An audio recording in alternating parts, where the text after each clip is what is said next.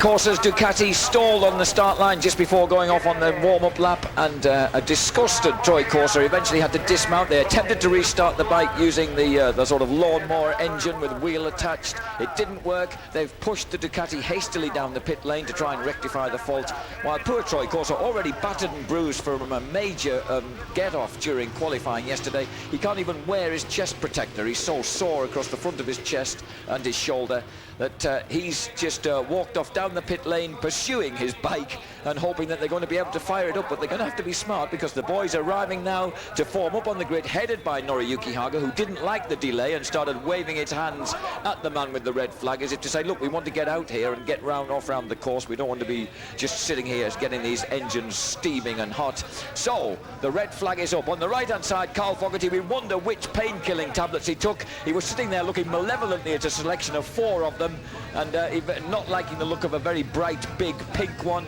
and I think he went for one of the 2 smaller horse pills on the advice of his wife Michaela.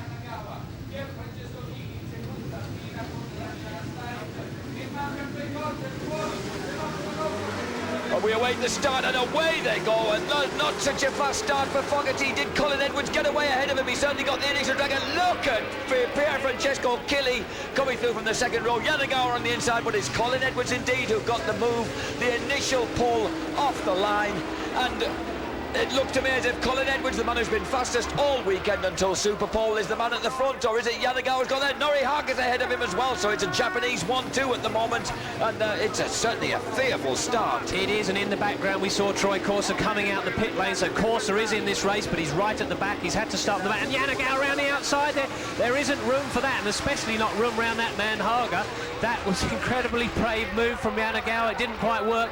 Carl Fogarty didn't get a particularly good start from that pole position. Yanagawa's looking down the inside now as they come into Jordi Jean corner. He didn't quite make it, so it's Yanagawa leads. And Igor Yerman, a cracking start for Yerman, who put in a stupendous Super Pole lap to get himself up onto the 3rd row of the grid, and also up there with him Peter Goddard, who's got an absolutely flyer on the Aprilia from the 4th row of the grid. So it's a real mix-up right now. And we said number 7 Keeley, remember he's on very soft Dunlop tyres. He's going to be going fast right from the outset of this race, and he is. Look at Edwards now, dives up the inside. Just as I say that, he passes Keeley as they go into that right-hander. So now Edwards up into 3rd spot. Noriyuki Haga, he is leading on that R7. So have they finally got it well and truly sorted? He certainly put in a blazing Super Pole lap, and he's got himself away just slightly clear at the front as they tear past us now. Yanagawa, Edwards, Keeley and Carl Fogarty is right there behind Keeley, looking up the inside of him as they go into the first turn, and Aaron Slide going up the inside as well. A brave move for the man who's only using 2 fingers on his right hand for that brake lever and throttle, because the other 2 fingers just aren't in contention at all. That mangled up little finger on his right hand is no use to him at all. He's suffering the pain of it. He's glad to be in the race. He's looking for a top 6 position. He says that's what he'll be happy with. He's certainly pressing for it right now. But look at Akira Yanagawa. He likes the way the Kawasaki feels round here, and he's certainly looking for a way to get himself on terms with Nori Haga, but he's not quite as close as he was on the first lap. Well, Haga's made Oh, look at Fogarty. Fogarty's through into 3rd place, and Fogarty must have... Oh, and who's gone off? Was that Colin Edwards who went off in the background? I think Edwards has gone off onto the gravel. My man, we thought we would see absolute danger. Man has stuck himself right out of contention onto the gravel. What an amazing turn up for the books. Fogarty then looks at the moment as if he's chosen the right pain-killing pill. And here we say, look at Edwards. What was he doing back there anyway? Yeah, I don't know what. Edwards has made a mistake, and I think he just got it all wrong, unless he's got a problem with the bike, but he's gone straight through the gravel. He's still on it when we last saw him. He can get back on the track. He'll be racing with Troy Corsa at the back if he has got back on, but that is incredible. Fogarty's charged his way through. He's up into 3rd place, but what about Keeley? 4th place for him on the Suzuki, but Haga's away, isn't he? Look at him, that Yamaha weaving and bucking and sliding around as he charges, and Yanagawa's right with him. So 2 Japanese at the front. Lavia right behind Slide, Fujiwara the next man up. Then there's a gap back to Vito Goreski and Goddard, who's Aprilia has slipped right back in the rankings after a bright start, and he was struggling a little bit throughout to get himself really on the pace during qualifying. Look at this, the old rivals, the old firm, and touring in Colin Edwards. What a sad sight, because he's been brimful with confidence all weekend, and look at this, Assen all over again, just a change in machinery.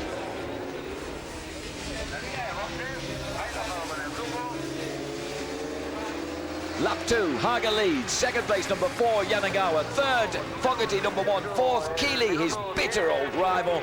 And number 7, now on the extra Corona Suzuki. And Fogarty not comfortable in those left-handers. That's when the back pain that he's suffering from having twisted his back playing squash and then hacking away at nettles on his new 10-acre homestead has been he's suffering, particularly in the left-handers. Fortunately, Steve, this is mainly a right-handed bend circuit, isn't it? It certainly is. It's clockwise circuit, but I don't think I'm quite confident in saying that Carl Fogarty isn't thinking about his back at the moment. I'm sure that the adrenaline's pumping and everything's working okay.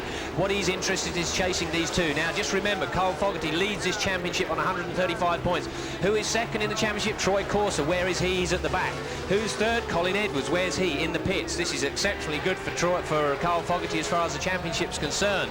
At the moment, third place is good, first is going to be even better, but look at those championship points that are coming up at the moment, we hope. Well, at the front, Haga. Oh, Haga snaking his way into the first turn, getting a little bit wide on the entrance to it. Akira Yanagawa right there with him. What a wonderful sight, the two Japanese riders hauling at the front. Carl Fogarty keeping a grip on them. Fogarty knew that the adrenaline would take away the pain in his back. What he was concerned about was about the pain coming back at him over the 26 laps, Steve, whether he could comfortably survive and thrive on it and not have it come back and interfere with the aggression he says is essential if you want to get a quick lap in round here. And he certainly went for aggression in Super Pole, which is why he ended up with that unexpected 18th pole position of his career, which matches that of the 18 of Troy Corser. And Troy Corser is down in 14th place at the moment. He's a long way down, but he's coming back up through the field, and he will be. He's quick, he's fast, but it's going to be a hard task for him. Let's keep an eye on. I can't believe Killy is going so well there. He's right on the back of Carl Fogarty, and nobody's getting away from anyone at the moment. The fastest lap out there has come from Haga at 32.027, so Haga's going the quickest, but no one's going much slower. As you can see, the distance isn't changing a great deal. That is some battle there for third, fourth, fifth, sixth, all the way down. Remember, Keeley won the first race here on a Ducati last year in slightly less comfortable circumstances. I mean, the weather wasn't so pleasant, and it's very lovely at the moment. But Fogarty was a little worried about tyres. He's the only man in the field who's gone for a 17-inch rear wheel. He says he's been using the 17-inch quite a lot during the course of qualifying over the weekend, and he's been quite happy with it. But in the cooler weather conditions this morning, his expected race tyre completely self-destructed. So he said it was a bit of a gamble on which tyre he was actually going to use on the back on the Ducati.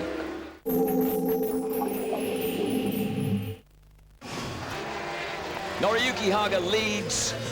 Fastest lap set by the Kawasaki of Yanagawa on lap 2, 131.592. And look at this scrap now. Fogarty has been waving his right leg rather strangely, as if he's suffering a little bit of discomfort. We don't quite know why. Every now and then he's flicking out the right leg and giving his leg a shake. We really don't know what that could be, unless it is a discomfort, some problem with a discomfort in his back. Anyway, let's not assume that.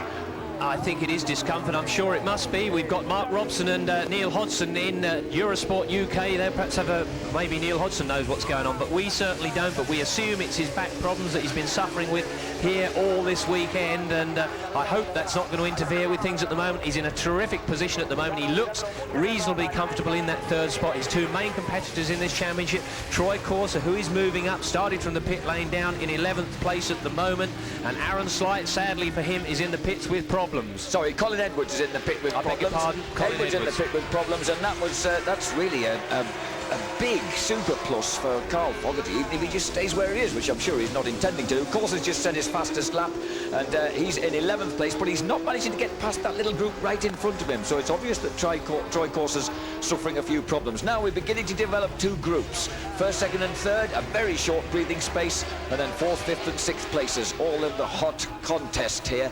And Nori Haga, he leads well from the front, doesn't he? Some guys love being at the front, Steve. He doesn't like to follow people. He likes to use his own lines, have a clear track ahead. And look at Levere clambering all over the back of Aaron Slight. And he doesn't like to follow people, and nor do many people like to follow him, because he's a pretty wild. He's got some very wild lines. He's extremely late on the brakes. Normally squares the corners off, which means he's slow right in the middle of the corner. Slow by comparison, I'm saying. But then he just gets on the power so early, gets the bike stood up as quick as he can, and fires it out of the corners, and that's the way he likes to ride the Yamaha. It seems to suit the Yamaha in the fact that it's a high revving machine. It doesn't have quite the grunt, and there we have, is that the Colombian out of the race? Someone's fell. It's the Colombian Macias. He goes out. No, it isn't. I beg your pardon. It's Lance Isaacs. It's Lance Isaacs, the 21-year-old coloured South African who's dropped his Ducati, and he was holding his wrist as if he might have hurt himself. What a shame. He's here with his father Lionel, who would have been a road racer had the apartheid regime in South Africa allowed him to be in the 1970s, and he's living his dreams through his son, and that's a shame because his son's dream has just been dented a little bit here at Albacete. But not so Norihaga. Norihaga leads on the R7 Yamaha.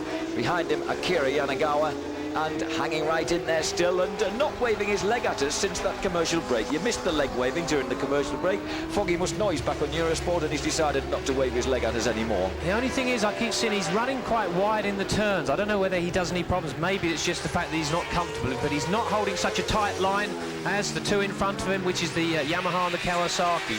So we're going to have to keep our eye on Fogarty. He doesn't look that comfortable at the moment.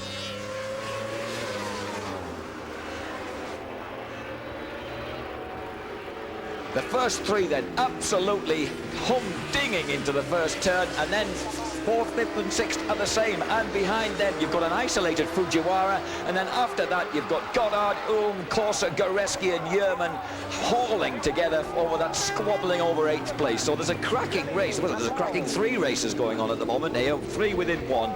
Bargain for the crowd here at Albacete. Troy Corsa's moved up to 10th place, so well in the points now. That's what he's got to do, is try and keep a few points. He knew before he even started this race he was going to be struggling with his incident yesterday. He's very bruised and knocked around. He's trying to salvage some points. It didn't help at all having to start from the pit lane, but he is up to 10th place now, and just behind Robert Olm and Goddard in 8th. Fogarty just behind those Japanese boys, and everyone holding those tight lines needed around there, except, as you say, Steve, occasionally Fogarty drifting a little bit wide, particularly possibly on the left-handers. Noriyuki Haga, look at that dramatic riding style. Perhaps he's just looking for a way around them, you know, the Ducati.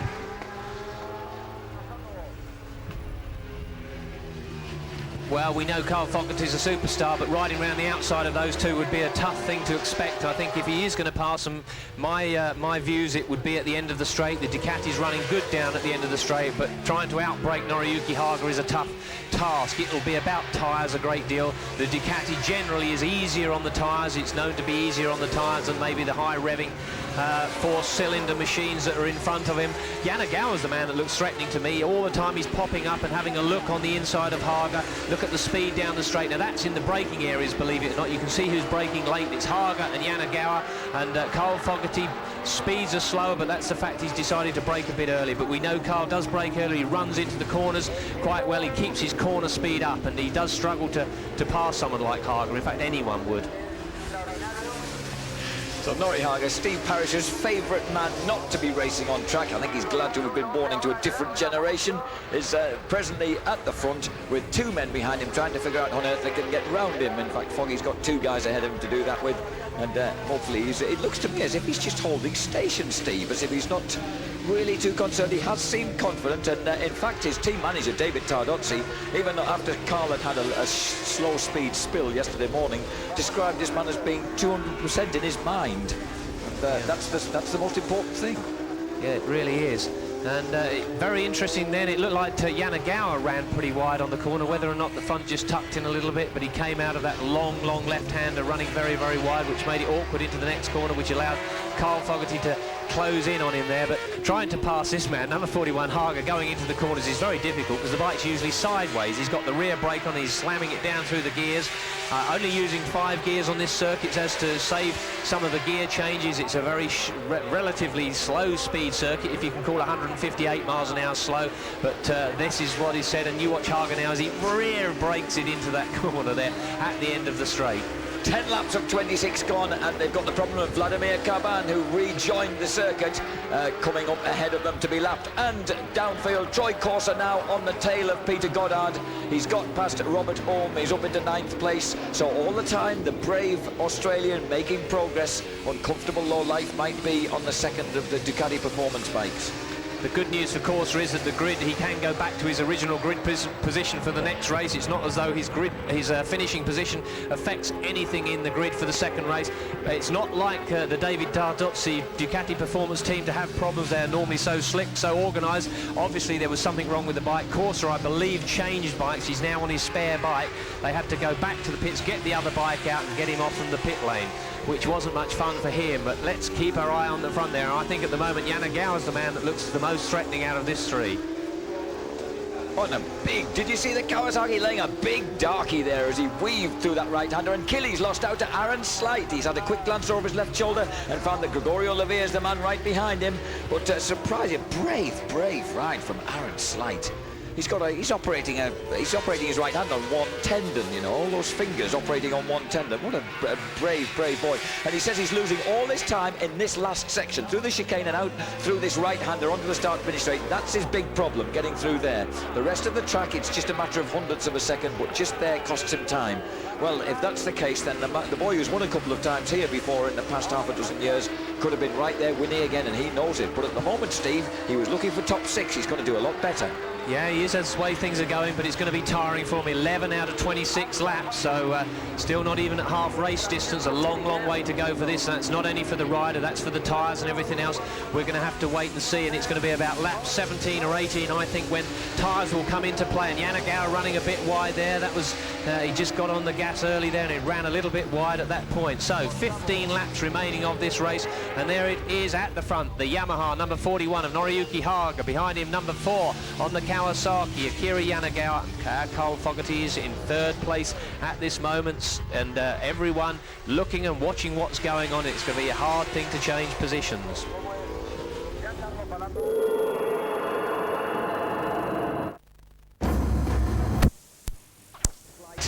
Pier Francesco Chili and the man looking to press through from 6th place, Gregorio Lavia.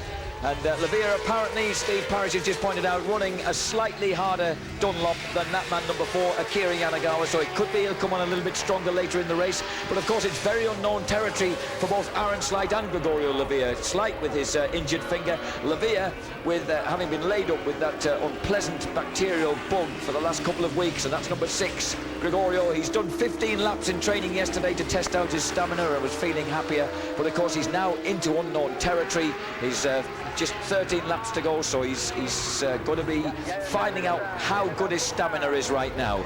But now, no problem for these guys at the front. I think Carl's beginning to slightly drop off the back of these two. You can see the advantage between the front two and Carl Fogarty is stretched out a little bit, and I'm sure that Carl is not happy. He's not looking that comfortable on the bike. We know he has some problems with his back. He's tried to get it fixed over the weekend to no avail. Whether or not he's just calling things, doing a Troy Corsa and settling down and letting the tyres not work too hard, we'd have to wait and see. But he has been looking rather uncomfortable. He's been running wide on some of the turns, and that's not necessarily to do with the geometry or the tyres. That's maybe due to him being uncomfortable on the bike. You've got to be lifting yourself up, all the weight, all your body weight's on your legs, and it's about shifting your weight around and all the time coming out the corners. He's just those few inches wider than the other two. Hager at the moment then, just that little bit of a look at that gap on Slight now, as that is now extended to 4 seconds. 4 seconds ahead of 4th man Aaron Slight. A brilliant, brave performance by him.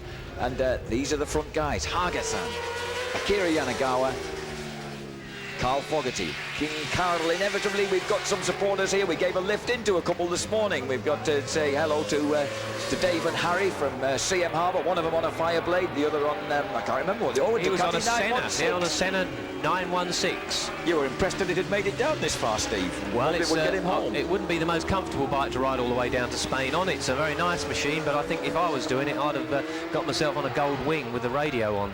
Well, they did actually get themselves on a ferry, but they had a very choppy crossing to Santander. I think they'd rather have been on the bikes. But Hager he's having his usual choppy ride, but it's at the front. Hager's leading. 2nd place, Yanagawa, and in 3rd place, Carl Fogarty. And of course, looking for Noriyuki Haga has got 6 wins for Yamaha over the past season and a bit.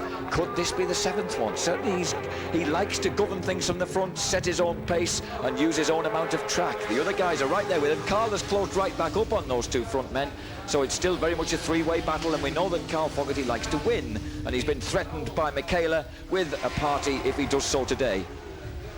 Now this would be the maiden win in World Superbikes for Yamaha, wouldn't it? With the new R7, it would be pretty early in the season, considering how much development they expected to have to do, and if they could win here at round 3, that would be a very spectacular performance from Haga.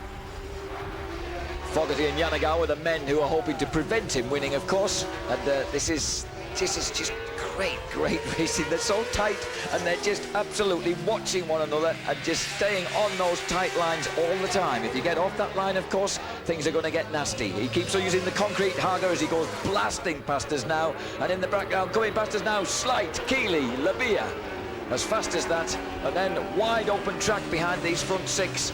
And Fujiwara will probably be the next man round, and he'll be very much on his own. Fujiwara having the only lonely race in this whole competition.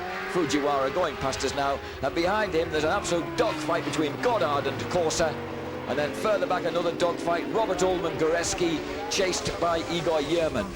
This will be inspiration to the British Superbike team, Rob McElnay's British Superbike team, who, with Neil Mackenzie, they're working hard to get the R7 up to speed in the British Series, and all the time that Yanagawa, all the time Haga gets quicker and quicker, they get information coming back, and that should assist them in their championship chase in the British Championship. But Fogarty's closed that gap again, hasn't he? He's closed back down on number 4, Yanagawa, so maybe his discomfort, maybe the painkillers are starting to work more, I don't really know, but he will want to win here, but he'll also be having pit signals as to what's gone on. He'll probably be well aware that Edwards isn't out there, because I think if Edwards had been out there, he would have known he'd have been right behind him or just in front of him. We knew. Here we get, Corsa's gone through, Corsa passing Peter Goddard on the Aprilia there.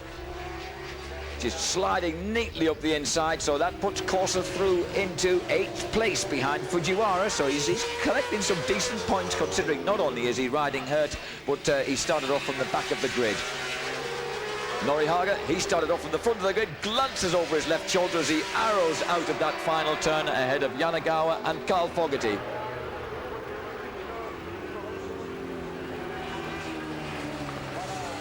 The flags of St. George are flying from the grandstand as Carl Fogarty chases down and hounds Akira Yanagawa and Nori Haga with 10 laps to go. First race here at Albacete. And it's a tense one. It's a very tense one. Already Troy Corse has escaped a little bit incidentally in 8th place from Peter Goddard. So I don't know whether he can make up any ground. Fujiwara, the next man, is 4 seconds ahead of him. 3.5 seconds ahead of him. It's a gap he could possibly close if he were fit. It'll be interesting to see if he can do it when he's not feeling 100%. Well, with 10 laps remaining, Carl Fogarty in 3rd spot. His worst position this year has been 2nd place, so this will be his worst position, but it wouldn't be a bad position to be in. I can spot he's just not looking comfortable on the bike. When he comes around some of the corners, he's not moving his body weight around as he would normally. He's very uncomfortable. This doesn't actually bode well for the 2nd race, because if he's uncomfortable now in race 1, I can't honestly see things getting any better for race 2. They will be working on him. Dr. Costa's here with the Clinica Mobile, and they'll be trying to sort him out, I'm certain of that. But at the moment, Yanagawa is the man that I think could push Haga. He's still looking quite comfortable there in 2nd spot, and I'm very impressed with number 111 there, Aaron Slight, considering his injuries, running in 4th spot. Whoever would have thought that you could ride Michelin tyres like this guy can? He makes them look for all the world like Dunlops, doesn't he? Nori Haga at the front, now on Michelin's on that R7, wiggling his way past us. And behind him, Akira Yanagawa. Yanagawa really giving it some on that Kawasaki. Can he hold in there? Both of them on the brakes. Haga 232. He is late on the brakes into there, fully 11 kilometers per hour quicker. And look at that, Aaron Slight matching his time. Haga then leads, Yanagawa 2nd, Fogarty 3rd, Slight an amazing and brave 4th. 5th place, Keeley, 6th, Lavia, still 0.2 of a second, if that's separating them as they slipstream past us. These battles taking place all the way through the field at the moment. And Troy Corsa, looking at his lap times, he's actually not going a lot faster now than the guy in front of him, which is Fujiwara, so to catch him, it'll be a tough job. The higher he gets up, the faster everyone's going, and it's slowing his progress down and forcing his way through, but he is in 8th place, and he is 2 seconds behind Fujiwara, so he might just be able to squeeze past him. That will be a fairly impressive performance, starting from the pit lane, and considering he's fairly injured from his yesterday's crash. Fogarty then, we just suspect, Steve certainly feels he's not moving around as comfortably on the bike as he ought to be, but he's still there, he's still hanging on to these two guys, which is a tribute to how fast he might be going if he hadn't been daft enough to play squash and then bang in 50 fence posts ready to put a load of sheep in the field on his new little Blackburn estate. And incidentally, just to mention that he supports Manchester United, not Blackburn Rovers, so he's not too dismayed at them having the Blackburn Rovers being relegated from the Premier Football League. Number 1, Carl Fogarty, then 3rd place. 4, Akira Yanagawa 2nd. 41, Nori Haga in 1st place. So, into turn 1. That's taken it around 65 miles an hour. They're right down into 2nd gear at this point, up into 3rd gear as they go through the switchback there, and then down into the Aspar curve, which is then braking very, very hard right the way down into 2nd gear, very slow, long right-hander at this point, flicking it up into 3rd as they come out of there quickly through here in 3rd gear, short shifting a little bit as they come out of there, and then they start wringing the neck, and you'll probably see the Yamaha squirming around along the very short back straight into the Jordi Jean left-hander. That's taken, the short straight's about 120 miles an hour, up again, now down into 2nd gear for the very, very long left-hander. This is the tyre killer. It pushes the front, it works the rear, short straight again, flicking it into the right, again still in 2nd gear. It's all 2nd gear corners, this circuit. Another right before they accelerate out of there. They'll just get back up into 3rd and quickly into 4th, building up out of here. Then they get up into 4th gear as you see them now, around about 125 miles an hour as they go back down into, can you believe, 2nd gear once again as they go around this right hand before they accelerate. They quickly get into 3rd before they get to the chicane. So it's really all work, all very, very busy through this part of the circuit. Into the last turn then, Apex 1, Apex 2, and then taking it wide out, the leader Haga, 2nd Yanagawa, 3rd Fogarty.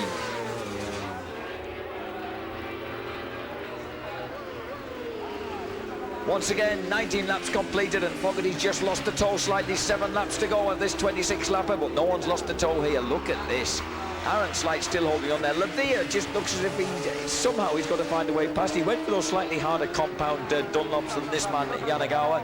Perhaps in the end it's not paying off. Perhaps it's warmer out there than we think it is, even though it's getting a bit more overcast. Good news for Carl Fogarty. Every time he comes past, he will see his pit board and it will say to him +6 seconds. That's a nice gap to have when you're in pain, and if things are not running that smoothly, if he can just hang in there for 3rd place, we know that he likes to win, but there's got to be times when you say, well, 3rd will be a good result. His main competitors, as we've said, unfortunately for Colin Edwards, he's in the pits with problems, and Troy Corser now, he is still down in 9th place, and in fact he's lost a bit of ground. Oh, no, he hasn't. He's gained a bit of ground on Fujiwara. He's 1 second behind him. So Troy Corser started from the pit lane in 8th place, 1 second behind Fujiwara on the other Suzuki.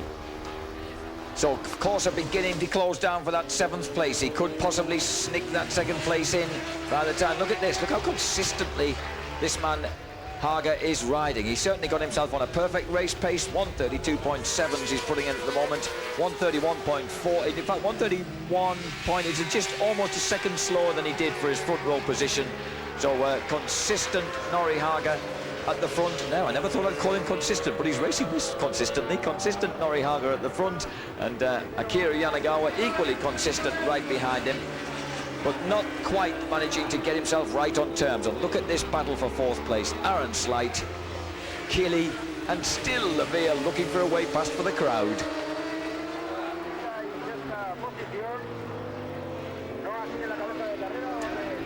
Haga's leading. Yanagawa in 2nd place, Fogarty in 3rd. This race is going to go all the way to the wire, but I think it just might be that Nori Haga's got sufficient control of it. But look how consistent those times of Yanagawa's are. And they're fast times as well. Last year, the fastest lap in the race was set by Aaron Slight at a 1:32.8, and we're seeing low 32s the whole time, and especially from Haga, 32. The last lap was 32.2. So Haga's actually trying to pick the pace up by a little bit, I think, at this point. He's just seeing what he can do. He's obviously comfortable with the Michelins. They seem to be working, and at the moment, if they haven't gone off, I don't think they're going to. Normally, if he'd got any problems with tyre wear, that would have already started to show. And here we have Igor Yerman looking up the inside of Robert Olm, and I think he's going to make it as well. So more aggressive riding from the Slovenian. Oh, just scraping through there beside the right knee of the Austrian, and the 23-year-old Slovenian showing that aggression he displayed in a brilliant Super Bowl performance isn't being lost during the race. So he's got through to 11th place behind Vittoriano Guareschi, and in fact only a couple of seconds behind Vittoriano Guareschi. At the front, though, Haga leads as they plunge back down to start another lap ahead of Akira and King Carl. But look at the wind. The wind now is almost directly behind them, even more so, directly sweeping them down this straight. So they've certainly got plenty of assistance, whereas it was more or less a three-quarters headwind during the course of yesterday. And look at Haga holding that tight line. He seems to be getting neater as the race goes on. No tyre problems there, Steve, that we can visibly see at all. No, the Yamaha's working extremely well. I don't think I've ever seen Haga look neat, have you? He's not really. The bike doesn't look particularly out of shape. I would say that he's settled in a nice, comfortable pace. He's already taken a check behind him to see what's going on, and there is that big number 4, the Kawasaki of Akira Yanagawa, but it's not really that threatening at the moment. I have to say that Haga keeps popping in slightly quicker laps, 32.33 again, so consistent with 5 laps remaining. No question about it, Carl Fogarty's dropping off the back of this pack in front, or the 2 in front of him, and I'm sure that's due to his pain and uncomfort. And you saw there, Kiri, now he's the man if anyone's having some tyre problems. Another big darkie as he comes out of that corner, starting to work. We know full well it is on a reasonably soft rear tyre. It's a front soft and a medium rear soft tyre at the back. So, and it looked to me that if anyone was having any tyre problems, it is number 4, Yanagawa. Can I translate that into English for our viewers? That was a soft medium front and a soft rear, wasn't it? No, actually it's a soft front and a medium rear. Ah, right. Oh, I beg your pardon, it's your hieroglyphics I wasn't understanding too well. You couldn't understand my notes, could you? So third place, Fogarty then slipping off a little bit. There's one, and that's another man being lap number 26, Jean-Pierre Jondin on the white Endurance Racing Honda, and he's in the middle of the 2 dust-ups at the moment, and this is the one with Aaron Slight. A tremendous performance for him, and to see Slight and Lavia, who really had no idea, they're really on unknown territory now, above 20 laps. They had no idea how long they were going to last. So brave performances from them, helped of course by problems for Corsa, by problems for Edwards that cost us a couple of the front runners, the potential front runners. I'm sure these guys won't be worried about that though, if they could produce a Japanese one too. And I still don't think that Akira Yanagawa has given up on this, I'm glad to say. The little fighter, he's one of the men who's such an absolute sweetheart off the track. You wonder where he gets the aggression from on it, but he certainly is laid on that Kawasaki. Well, one of the people that hasn't given up is Troy Corser, because he is now only 2/10 behind Fujiwara, down in 8th place. We'll have to keep our eye on that. With 4 laps remaining, I'm sure that there's a chance for Troy Corser to pit through and get that 7th spot. And Corser's lapping about 1/10 of a second, consistently faster than Fujiwara at the moment, so it could be that Troy is going to nab that place. And but whether or not at the front we can do, and Fogarty definitely slowing up a little bit in 3rd place, and I think perhaps settling for that. I was going to say settling for a comfortable 3rd, settling for an uncomfortable 3rd, as the leaders arrow past us now. Haga, Yanagawa, then that pause, Fogarty. And they're the first 3 guys, and we're looking for what comes pouring through next. The calls are on, and Aaron Slight's got a few bike lengths on the Kili versus Lavia, who are absolutely nose to tail as they go past us. But Lavia not really close enough to get a tow from the Suzuki. The Suzuki still holding on there, right in 5th place, which of course was the position he got in the 2nd race at Donington Park. And incidentally, the next bunch up, and here they come. Fujiwara goes past. Now, Corsa right behind him. So that's a close one for 7th place as well, with Goddard now a couple of 100 metres adrift. Well, 3 laps remaining. There's plenty of time for Corsa to do that, but Kiri's coming back a bit, isn't he? He seems to have closed that gap. He seems very quick on this part of the circuit, around the back of the pit area. He seems to be very quick through there and looking extremely smooth. I better be careful what I say. You know what we said in the past, when someone looks smooth, they go and do something silly. So who did I commentate as blight? Oh, Ruben Zaus, just complimenting him on his brilliant style when he laid down the R6 in qualifying this morning. So let's just see if but certainly Akira has got parts of the course that he seems able to close down a little on Haga. Yeah, back markers coming out. There's Luca Pedicini. He's moved out the way, so that's comfortable for him to do that, but it's still Haga leading this race. That was the 15th place man, Luca Pedicini, looking to add a point to his present total in the championship, which is not very many, I shouldn't think. Oh, he's in 24th place with 6 points, so he's looking to add 1 to that. But I think, to be honest, I felt he was on the racing line a little, and he cost Akira a little then. I thought he just cost him a couple of bike lengths, and certainly as they went past us just there, Akira closing up under braking though, braking late, lap 24 out of 26, 2 to go. It's now or never really. Akira's got to get somewhere near, but look how fast the Yamaha is, and that flick through there, Steve, as they come away from the first turn. Oh, and Haga-san finding Vladimir Gaban right underneath his front wheel. He didn't need that. That was bad luck for Haga there. He went the wrong side realistically. I think Carban was looking for him, didn't know where to go, and Haga went to go round the outside and it didn't work because then Carban moved over him. So that's closed the gap right up. Akiri is right behind him now, so this is the showdown. Akiri looking very, very good, and that just goes to show how back markers can completely screw your race. Well, I don't know whether completely screw is the word, but certainly it's tightened it right up, it's nailed it right down, and Akira Yanagara must be thinking, oh, I've got a chance here, but you don't want to throw away 20 points, do you? You want to make a fight of it, but it's going to greatly improve and embellish his championship title table points at the moment. He's just on 66 at the moment, down in 5th place, and Nori Haga in fact in 6th place behind him on 50 points, so it wouldn't do Nori any harm to get a race win in here. So both these guys want as many points as they possibly can. They haven't scored so very many during the first 3 rounds. There's absolutely no doubt about it. Round the first part of the circuit, or after the main straight, Akira's the quicker. And that was a big slide there from Haga. He's pushing hard as they come past us now. Haga seems to stretch out that advantage on the latter part of the lap, and now from here on in, this is where Akiri closes the gap on him. Yanagawa had to be so late on the braking there because he just lost a bit of ground as they came onto the start straight, but he's just that tantalising 3 or 4 bike lengths, and Haga's put that to rights again because that was the bend at which he got balked on the second last lap, and on the final lap Akira begins to close again. Akira working hard when he knows that he has got the advantage around this bit.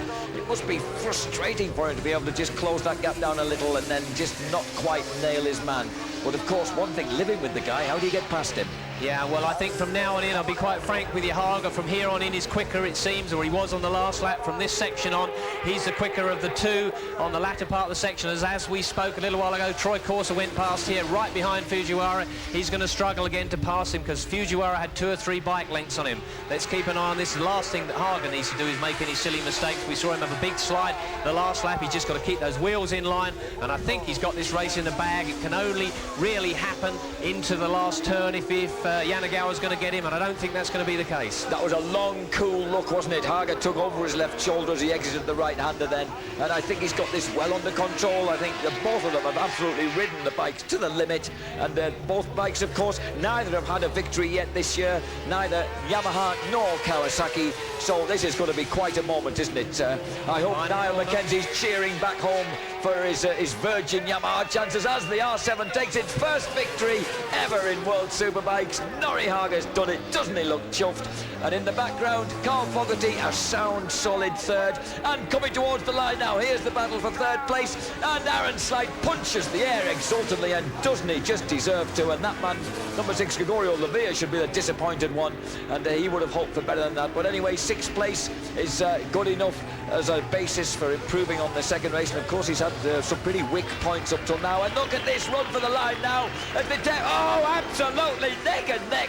Fujiwara and Troy Corser, I couldn't even see who got that. Fujiwara squeezed Corser on the run to the line, and here's Goreski, absolutely neck and neck with Peter Goddard. He's got it.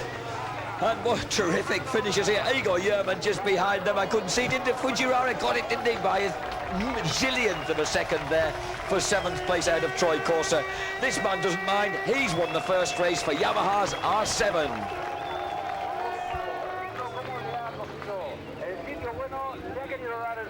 Well, I think we can safely say that the R7 is sorted, Steve Parish. Nori Haga has just proved it. We can definitely say the R7 sorted, and that combination with the Michelins and the R7, they've got it working, and what a great result for them. I really don't think they were expecting it. There he says, look at this, Haga, that's who I am. We know that's who you are because we watch you and we admire you, and I have to say, that's probably the smoothest I've ever seen him ride. It just really wasn't his usual out of shape, and he didn't need to be because he was going faster than anyone else. And I look down here, and Corser's got it, you know. Corser has taken that 7th place. As I looked out the commentary booth, I thought that he just had, and he had by about 2 inches as he looked, because the line is directly beside us, and they've given the result to Corser, and there's just absolutely nothing in 7/1000ths of a second in it. So Troy Corser gets that 7th place. What a brave ride from him. And also Aaron Slight, you couldn't help but notice how thrilled he was with that position. As we take another look at Nori Haga, he equally thrilled. And look at this here as they came across. Look at Aaron shaking his good hand, so he's only hanging on with 2 fingers while he's doing that. He's got 180 horsepower under him, and he's just got 2 little fingers hanging on to it. Absolutely amazing. It's a good job those two fingers are strong. Incidentally, he was having problems with blisters during qualifying yesterday, so that certainly he's hung on hard and got over the discomfort. He said the pain from the blisters took away the pain from the little finger, so in a way it was beneficial towards him. But look at Norrie just playing games there. A few lessons from Stefan Chambon. Congratulations from Alessandro Gramini, the former 125 world champ, number 39 in 14th place. So some more points for the R7 Yamahas. They're beginning to get them there. And Goreski actually edged out Goddard by 82 hundredths of a second for 9th place. A good result for Vittoriano Goreski. And that's going to close things down a bit, isn't it? Good result for Haga. He was on 50 points. He can add 25 to that, taking him up to 75. It won't help him a lot against Yanagawa because he was already in front of him. So it's going to start closing things down, but it was very bad news for both Colin, well, especially for Colin Edwards, who had looked so strong, hadn't he, throughout this weekend. I really did expect him to be the big threat, and I'm sure he's extremely disappointed. They'll sort the bike out, I'm quite sure, for the second race, but I'm going to be very interested to find out what those problems were. So number 41, Noriyuki Haga. You've been expecting it from the Haga lout. He's just coming down the pit lane now, standing up on the bike, shaking his fists and ready for a deluge of appreciation from that excited Yamaha camp. They've been waiting a little while for another victory to come, particularly to get this brand new bike sorted and ready. And there's the excited pit lane, and there is confirmation of 151 points. So Troy Corse has kept the gap down to 30 points. A brave ride for him. Colin Edwards is still third, but just 2 points ahead of his teammate now. There's no love lost between them. There'll be even less. Yanagawa 86, Haga 6th on 75. Romboni, the stricken Romboni who couldn't ride on 44, has been almost caught by Killy. A brave 5th place and a good 5th place on that Suzuki. 9th place in the championship, 40 points now. Fujiwara keeps knocking them up, and Levia's 10th place may not look very good, but he's had a series of crashes and that illness to contend with, and we haven't seen the last of him here today on home turf. I think he's going to be coming back. I think he'll probably learn something. As Fogarty says, the first race, always a gamble on tyres. Yeah, one of the problems that will be for Colin Edwards is that he hasn't had the opportunity to do the first race, so he won't have quite the information that some of the other guys will have had and have gained from that. The crowds on the hill here at Albacete, they've at least come in their thousands relatively, Steve, after a disappointing attendance last year. And the kind of weather, while not being the sort of weather you want to be lying down in the sunshine on the beach in, has obviously helped to attract spectators from Albacete and the barren wild west hills around that just seem to contain little barred villages as far as we can make out, and certainly very little in the way of population. So not the place that can attract big crowds, but this is Carl Fogarty, 3rd place. Well, you said yourself you're not a pole man. You didn't get a great start, and you seem to be having problems with your leg in the early laps of the race. You then closed up, but then fell back again. Tell us what happened. It wasn't as bad as my back, that's for sure. I don't think I do, really. I could see where I was losing out, and nothing I can do about it. Bike won't go forward, so if I don't go forward, I can't win. Problems with the back will be okay for the second race? It'll be all right. Best of luck for the second one, thanks. Well, he never has liked not winning, has he? And he didn't sound very happy there, but I think it's a sterling performance if he's in that much pain. He actually lifted his shirt up yesterday and showed us, and his whole back is very, very twisted. He's got some major problems there that have got to be sorted out. Fantastic result for Kawasaki, your first finish on the podium this season. A great start as well. You came right up with Noriyuki Haga-san, but you couldn't quite pass. What happened? Yeah, beginning of the race, I tried to save my tires because we have a little bit problem for tire, but end of the race not working that project. But overall, I'm very happy because I got the podium. Good luck for the second race. Thank you very much. Thank you very much. I wonder if all those people that were on that naturist beach or nudist beach where he was watching TV and thinking, well, I know him. I saw him in his underwear with his little wife. Yes, he was up near Santander with us. Yeah, I hope they are. Noriyuki Haga-san, congratulations. A fantastic start. Big improvement. The bike is obviously improvement, but your special cornering style helped you out in the end, I think. まあ今年初めてのバイクで新しいバイクでまあ初めてじゃなくてサーキットで走らせるの初めてなんでまあ3日間の間にすごいまあトップグループ走るようなバイクに煮詰めてくれたスタッフの皆さんのおかげだと思うしまあ Do you want me to And he translate said that? it's the first a new bike, first time with a new bike in this track, and for 3 days we've been improving and trying, and it's thanks to the team that he won also. There was a little incident with the back marker towards the end of the race. Did that cause you any worry? まあとりあえず自分のペースでずっと走って、でまあ全日本の方で吉川さんが2位に入ってるんで、それより上行かなくちゃいけないと思って、そしたら1位しかないんで、まあ自分のペースで最後まで走りました。 He said I had my own pace and it was not really disturbing, and in a way Yoshikawa is second in Japan now, so I had to be better. So. Many congratulations. Thank you. Thank you. Noriyuki, well, he doesn't speak any English, but he seems to understand it well enough, doesn't he? Do you like the hairstyle? Excellent.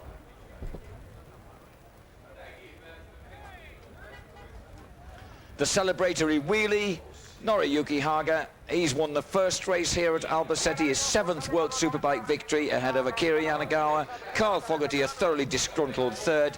4th for Aaron Slight, a terrific 4th for him. 5th for Frankie Keeley, 6th for Levere. 7th, and the closest finished in the history of the world, really, between Corsa and Fujiwara. And despite Fujiwara trying to, it looked to me, squeeze Troy over on the left side of the track, he nearly took him onto the grass, in fact. He couldn't slow the brave Aussie down.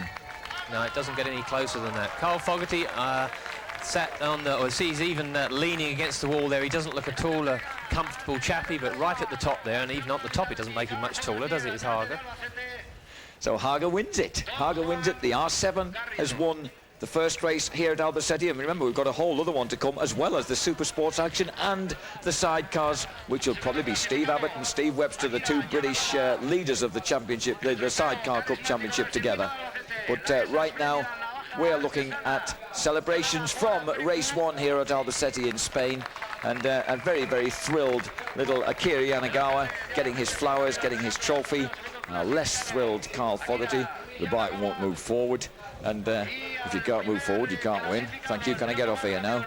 And on the top there, Nori Haga, who's I'm really looking forward to when he learns to speak a little bit of English. It would be very nice, but at the moment he's happy enough to speak Japanese and win.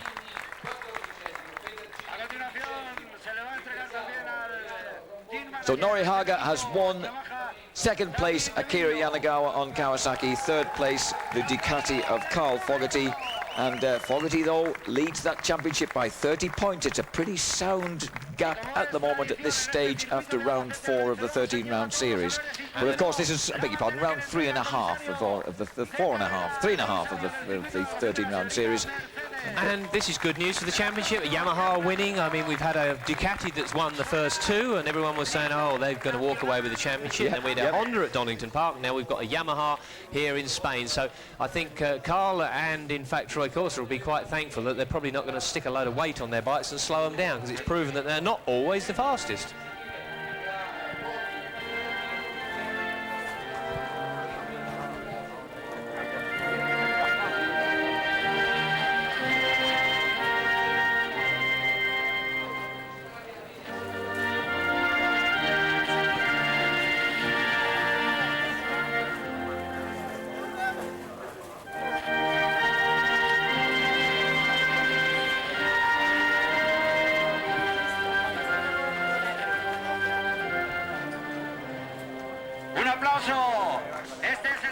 So Noriyuki Haga wins the first race here of Albacete, and David Brivio, thrilled team manager, up there alongside him. Carl Fogarty is in 3rd place. Between them, Akira Yanagawa. Now, so Kawasaki are getting close to a win. Suzuki are improving. Another 5th place for Frankie Keeley, and a very hard-fought 5th place. So it's still there for the taking. Yamaha, as you say, have won. Oh, David Brivio, I hope he's got a change of clothes with him. He'll certainly need them. And so that's Ducati, Honda and Yamaha taking victories here in the World Superbikes in 1999. When I say here, I mean on Eurosport. Where else? So catch the rest of the action as the super stocks, the European super stocks, come out onto the track. We'll be bringing you the World Super Sports, the World Superbikes and the World Sidecar Cup during the course of a very exciting day. Don't go away. Keep those beers cold.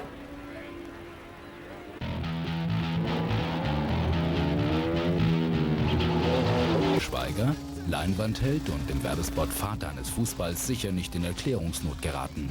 Der Polizei hätte er wohl noch kurz ein breites Heck gezeigt und ihn dann den Kühlergrill versenkt. Der Clio Sport klingt nicht nur höllisch gut, er geht auch wie die Hölle. Sein 3 Liter V6 entwickelt mehr als 300 Newtonmeter Drehmoment. Beschleunigung und die Höchstgeschwindigkeit von über 250 km/h bewegen sich im äußerst ansprechenden Rahmen. Die Straßenversion wird wohl erst Ende 99 auf den Markt kommen und dann leider nur mit 250 PS ausgestattet sein. Wem das zu wenig ist und wer das Zischen eines Bypassventils à la R5 Turbo vermisst, der kann ja immer noch auf die Tuningbranche hoffen. Denn ein Turbolader oder ein Kompressor lässt sich immer irgendwo noch unterbringen. Wem über 80... Just to the right-hand side, the green flag waves in the background. Wait for the...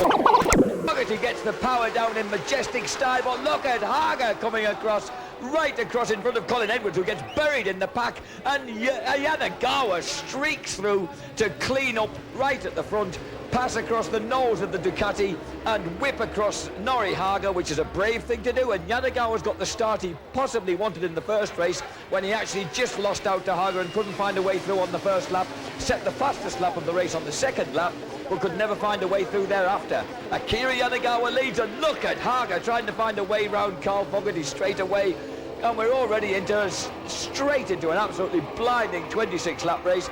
Colin Edwards in 4th place, an electrical problem put out the Castrol Honda early in race 1, the man who'd been fastest in qualifying all weekend until Super Pole. So the Texans out there trying to do something about it. Look at number 11, Troy Corser in 5th place.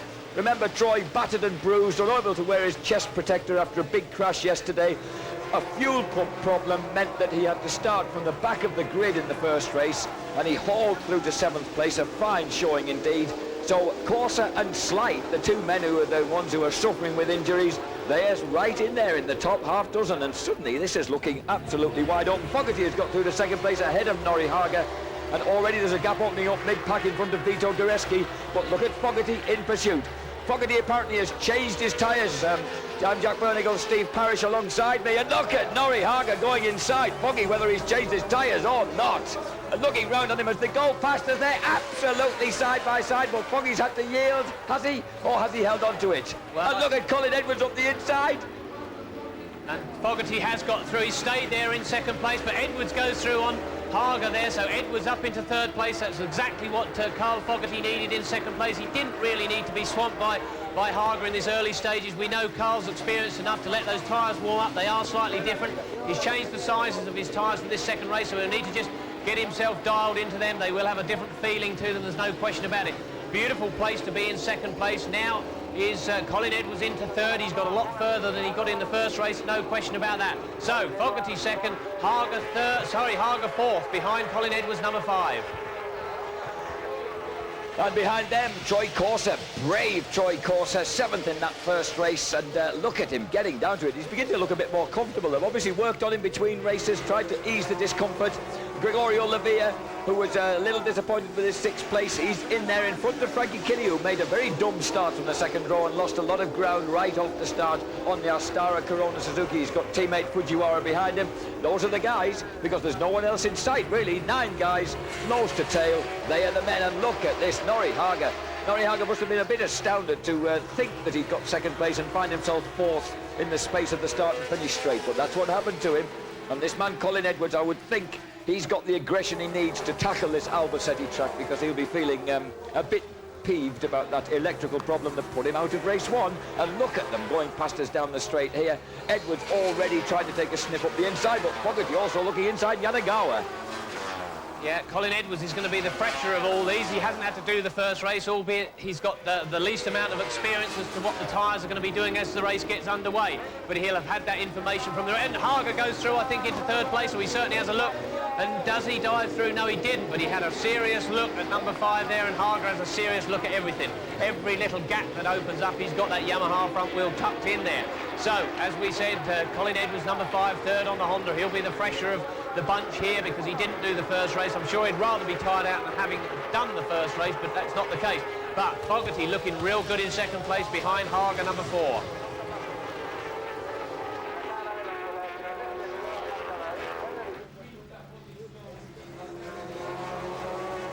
Yanagawa leads. Carl Fogarty, we found out why he was waving that right leg somewhat bewilderingly in the first race. Apparently some tracks occasionally give him a bit of pain below the knee in the right leg, and he was having a bit of discomfort, almost cramp-like discomfort, and waving that right leg around a little bit. Also, the tyres did let him down a bit later in the race, so he had to settle reluctantly for that third place. He's moved from a 16.5 to a 17-inch rear tyre and slightly changed the compound at the front. We'll have to wait and see if it works. And these guys now, the front eight beginning to bolt away, and this is going to be one heck of a race. Look at those guys, Slight and Corsa hanging on to the tail of the front four, but the front four look as if they might be where the action's going to be all about, and once again they fan out into the first turn. Who's going to come through? Edwards.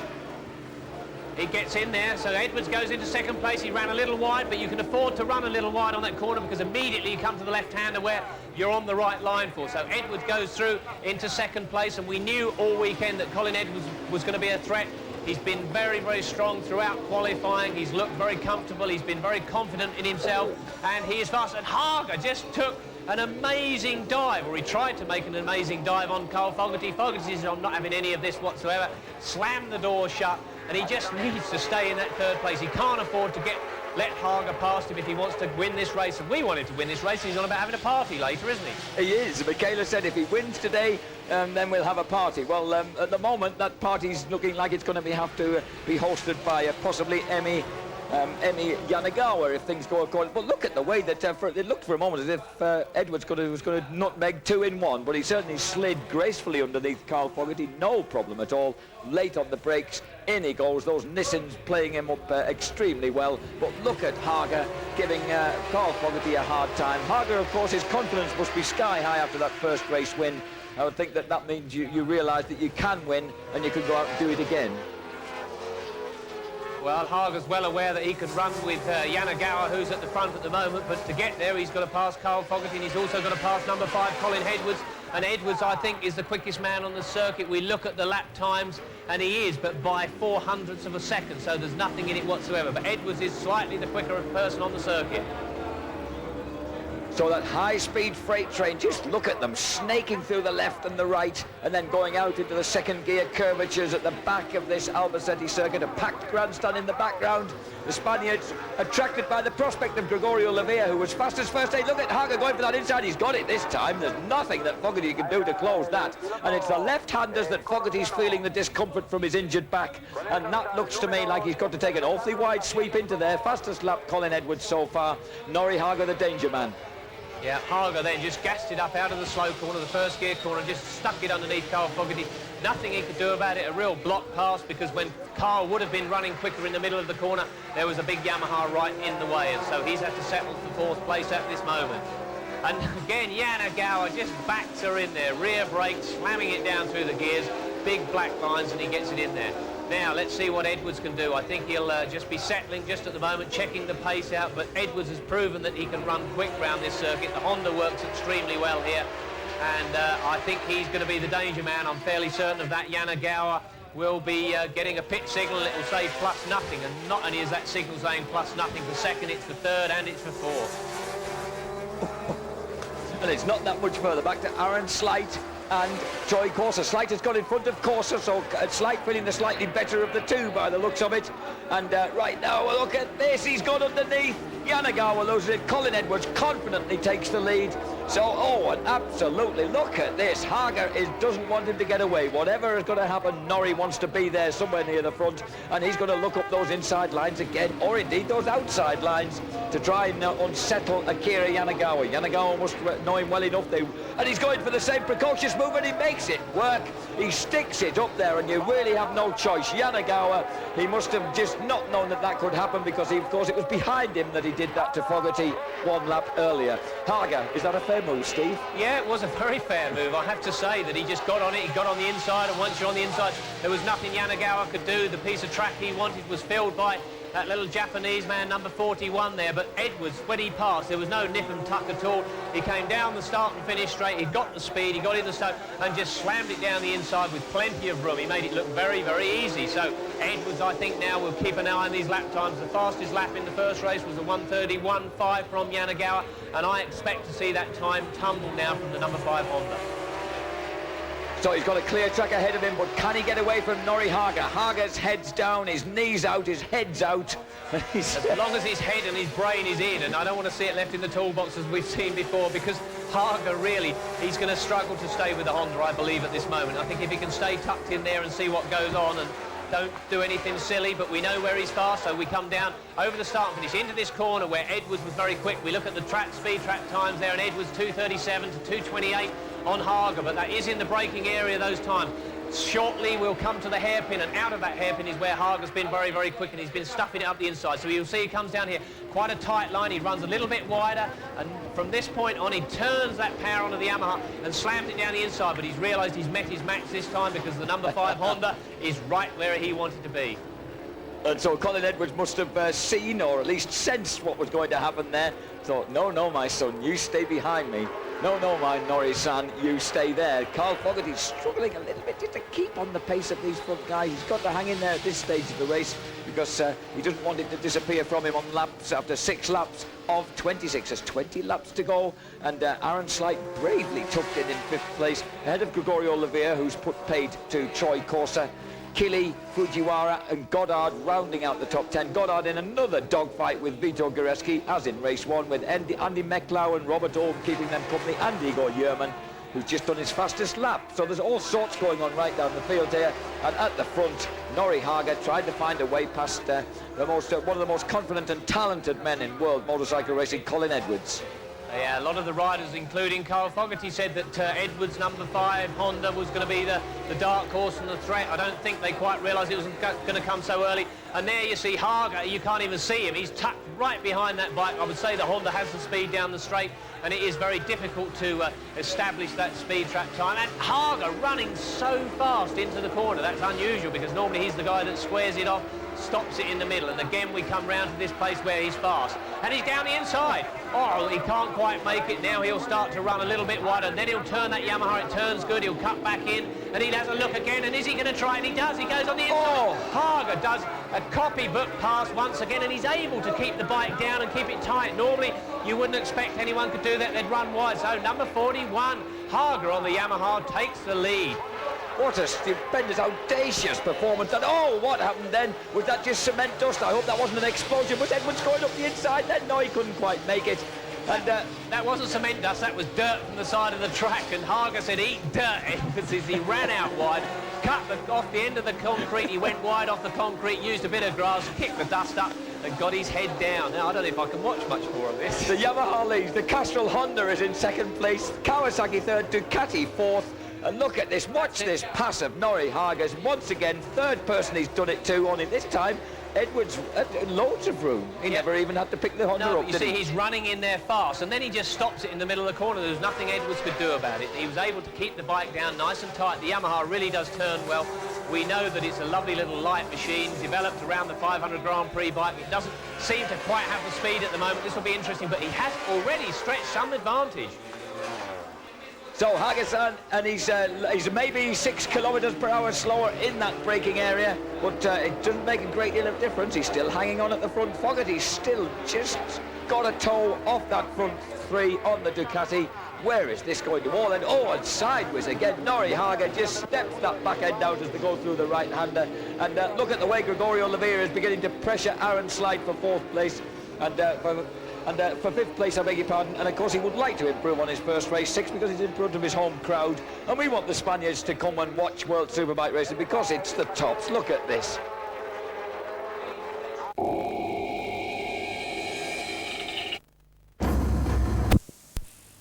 World Championship. With Suzuki, ride the winds of change. Nori Haga's now half the length of the starting grid in the lead as they flash past us. Colin Edwards dumping the brakes on that Honda, desperately trying to claw back some of the ground that he's lost. Akira Yanagawa hanging right on in there, but he needs that extra bit of push to get a bit of pressure onto Colin Edwards, just get a fraction closer to him, the way that Haga was doing to Edwards before he got through. 15 laps to go out of this 26-lap race, 11 laps down. They're doing on 132.3. Haga did that lap. That was a quick one.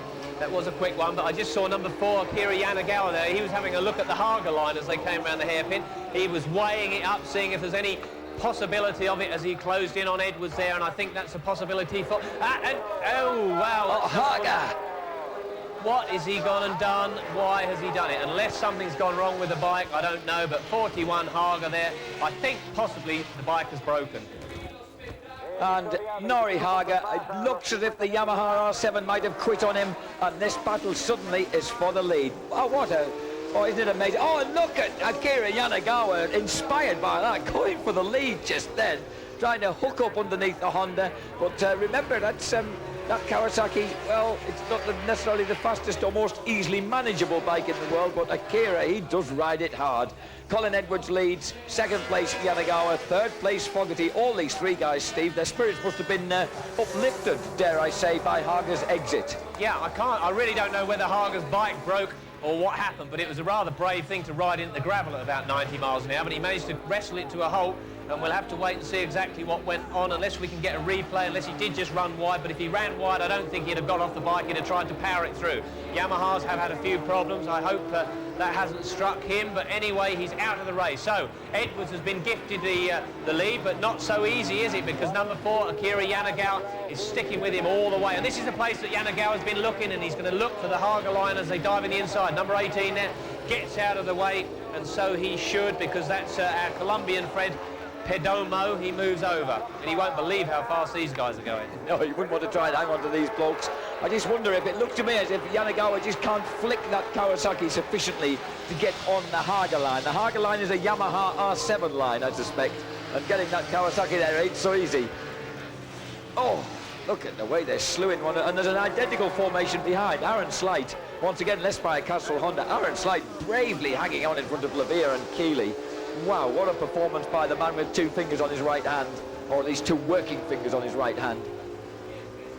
Yeah, and he could have one less soon, because they're talking about the finger being so damaged it might have to be amputated, which I don't think we want to talk about in case I pass out. Right, OK, so we'll briefly pass over that subject, because we're absorbed in this duel between 25-year-old Texan Colin Edwards, 27-year-old Japanese on the bright green Kawasaki, Akira Yanagawa, and the head-shaking Ducati of that 33-year-old 3-time world champion and current championship leader, Carl number 1 Fogarty. In they go into that last turn. Carl's looking comfortable, isn't he? I wonder if at this stage he's happy with his tyres. Well, comfortable-ish, dare I say, comfortable-ish. It even seems like he's been inspired by the fact that Haga's gone out, and he's right there in a comfortable, or not comfortable, but a close-ish third place. And Yanagawa, you see, he's quicker into the corners. You can see then he had a good look, but you're right, I don't think he's got the weight. I'm about to say that he can flick that Kawasaki. It never looks that threatening, where Haga was able to just gas it up out the corner and just dive up the inside there. But at the moment, Yanagawa looks like he's quicker into the corners. He's using that front Dunlop to great use, and he's able to just push in a little bit deeper. And we saw at the hairpin there, he had a little look. There's no real point in doing it at the moment, because I think even if he passed number 5, Colin Edwards, he'd never shake him off. So maybe he's just weighing things up and just checking out whether it's going to be possible. Dress rehearsal. The wind direction's changed back to what it was earlier in the day. It must be extraordinary. Does it affect the way that the bike's handled? Would you be aware of it on the bike, Stephen? Oh, the heat of the moment, and that is the heat of the moment of Yanagawa once again has a look up the inside. You're not really aware of the wind on the bike unless it's a very ferocious, strong side wind which blows you around and blows you offline, but I don't think it's strong enough to do that. What you are more aware of is if it's on the nose or if it's behind you as to the revs at the end of the straight, and it's very easy to for the wind direction to change and the bike to over-rev if you haven't got enough gears. But a lot of these machines are only running, or they're running, the Hondas, for instance, are only running 5 gears. They've still got a 6th gear, so if necessary, they can plug it into 6th gear. Pier Francesco Chili has now edged past Gregorio Lavia into 5th place. So Aaron Slide's going to come up in the under increasing pressure, because he's now got Chili for company, and Lavia hasn't, although he threatened to press harder in the second race, hasn't been able to find the reserves to do that. And of course Gregorio will be feeling the pace, Steve. Remember, 2 weeks more or less laid up. And Yanagawa thought for a moment had the pace to look up the inside. He's certainly interested in that line of Hagen's if he could make it stick. I was going to say, Lavia, he didn't really know how well he was going to last stamina-wise. He's had a lot of time in bed with a fever before they could finally get him onto the antibiotics to sort him out. Yesterday was the first day he felt decently healthy. So really, to expect him to run 52 racing laps in this heat, it's expecting a lot, isn't it? Yes, it is. I mean, stamina is vital. In fact, I've noticed in his biography, he states that his favourite drink is an energy drink. not like ourselves with a bit of beer down in the hospitality, but he likes his energy drink and he'll need every bit of energy he can muster. And again, Yanagawa, he's very good in that section there. He seems to be able to keep a tight line, and he's definitely trying to see if he can dive up the inside on the Hager line. We keep seeing that happening. The big problem is not only do you need a bike that will flick into the corner, you've got to have a lot of grip, and he's probably asking a lot from that Dunlop if he can gas it up out of that hairpin.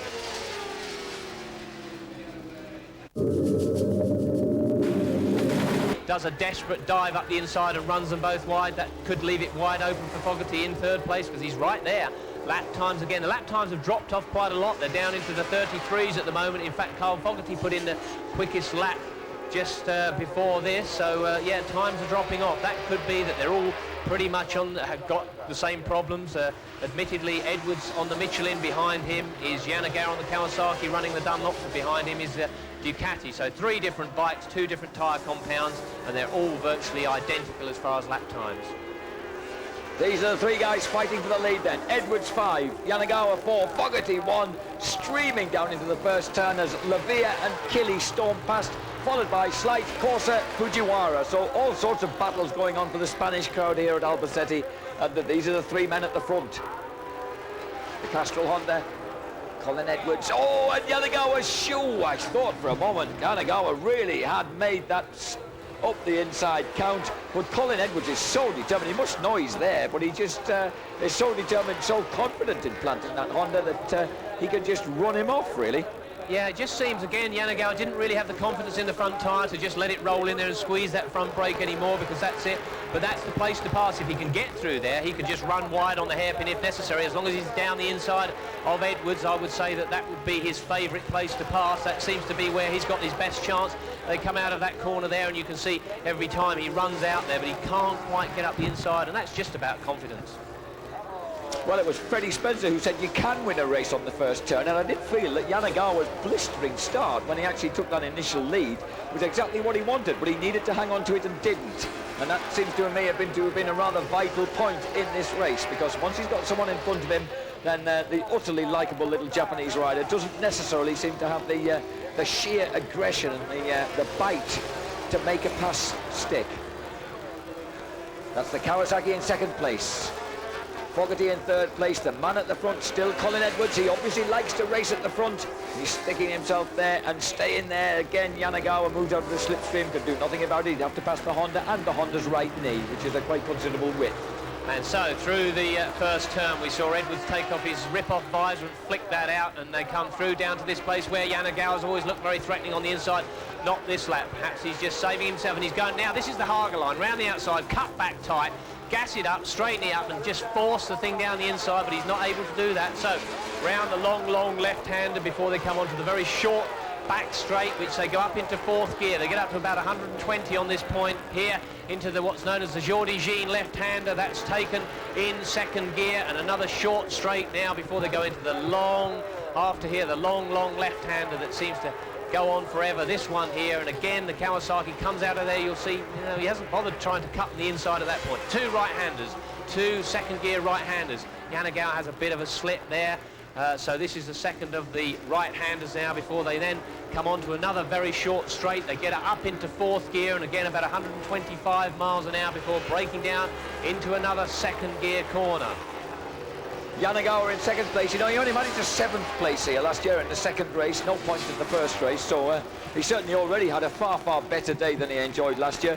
But he was fourth times on his maiden visit to Albacete in September of 1997 on the Kawasaki. So this man Akira Yanagawa, he must actually quite like this place, and certainly in decent weather, although he doesn't mind as long as it doesn't actually snow, he once said to me after it had snow at Donington Park last year.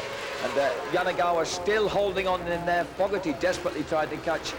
Corsa has repassed Aaron Slight, and Slight now has Fujiwara for company. So the gallant stricken heroes, Corsa and Slight, still at it 6th and 7th places, while Killy is still hounding Levere 4th and 5th. Another back marker, kindly gentlemanly, moving out of the way to let this charging trio come through. As you say, Carl keeps dropping off, and then he closes back in again. He's not exactly looking threatening. I think it's Yanagawa is the man that could upset the apple cart, and if he does anything wild and outlandish, that will leave the door open for Carl. And at the moment we look at the lap times again, and there's just nothing in it. The front two, 32.8 for Edwards, 32.9 for Yanagawa. And probably just had a slightly slow lap, which has cost him a few bike lengths, so he's got to work hard to make them up if he can on the leading duo. Yanagawa, again, that tight line that seems to get him nowhere. Initially it looks as if it's slingshotting him out of that right-hander, but in fact Edwards is just smooth, controlled and powerful, coming out on the wider line through the right-hander, heading back towards the end of this lap. Flick it right, flick it left, and into the last turn. This is the corner that Troy Corser fell off on yesterday, and it certainly damaged his confidence and injured him enough to drop him back down. We would have expected to see him up the front here amongst this bunch, but at the moment Corser running in 6th, which is a very gallant job considering the pain that he's in. As they cross the line now I think it's Slight that's suffering from his pain. There's an awful lot of injured riders in this race, some through playing squash or mowing their lawn or cutting the grass, and some through falling off. 4 laps remaining. Yanagawa has another look. Fogarty did say it was scything nettles, didn't he, rather than cutting glass and cutting grass. Number 5 Edwards, number 4 Yanagawa. Still absolutely, they've really put on an amazing sort of fast formation flying display, haven't they? And those sun-soaked crowds in the background thoroughly enjoying this race. The Castrol Honda, the Yamaha and the Ducati just holding on there, holding formation. And again, Fogarty just seems able to close that gap up a little bit, but we know how disgruntled he was after the first race, and how he felt like he really hadn't managed to get to grips with the race. I don't know whether things are lasting a little better for him this time. Certainly his front tyre he felt had let him down a little bit in the first race, and now he's closed back up a little bit again, and I don't know whether it's the other two slowing one another down or whether Fogarty's actually able to just close the gap up at will. But as soon as he loses a few lengths, he pulls it back in again. And at the moment he did set the fastest lap by 1/10 of a second on the last lap, so that was helped him close down that 4 or 5 bike lengths he slipped behind. Edwards leads 2nd Yanagawa, 3rd Fogarty.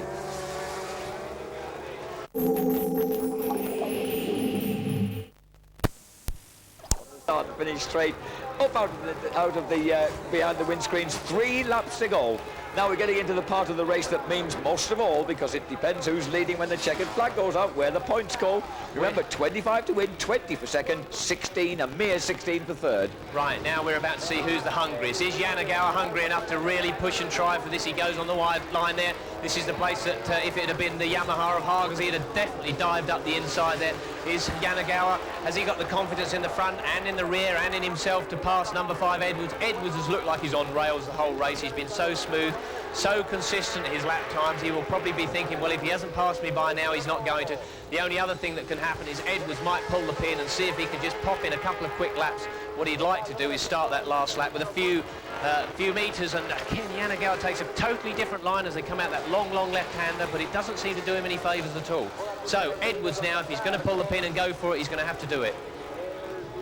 Has he got the tyres? And again, a totally different line from the Kawasaki there, but it never seems to help him at all.